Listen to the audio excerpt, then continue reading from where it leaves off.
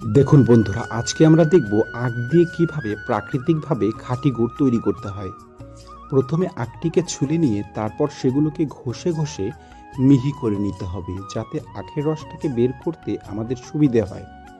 তারপর আখের সেই মিহিটাকে একটি সাদা কাপড়ে ভরে চাপ দিয়ে আমাদের রসগুলোকে বের করে নিতে হবে।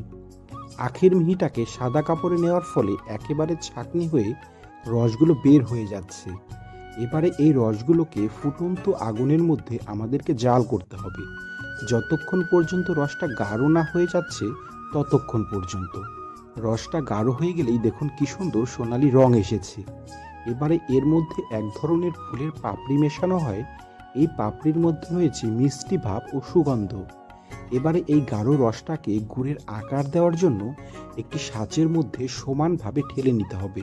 এরপর প্রতিটা খোপের মধ্যে যেন সমানভাবে পড়ে তার জন্য একটি প্রলেপ দিতে হবে। এবারে একদিনের জন্য ঠান্ডা করে নিলেই দেখুন তৈরি আমাদের এই আখের রস, যেটা একদম প্রাকৃতিকভাবে তৈরি, নেই কোনো কেমিক্যাল ও ভেজাল মুক্ত। মুখে দিলেই মনে হবে আপনি অমৃত খাচ্ছেন। এরকম খাঁটি গুড় কি আপনিও খেতে চান? তাহলে কমেন্ট করে বলুন। আর ভিডিওটি ভালো লাগলে একটি লাইক ও সাবস্ক্রাইব করবেন কিন্তু।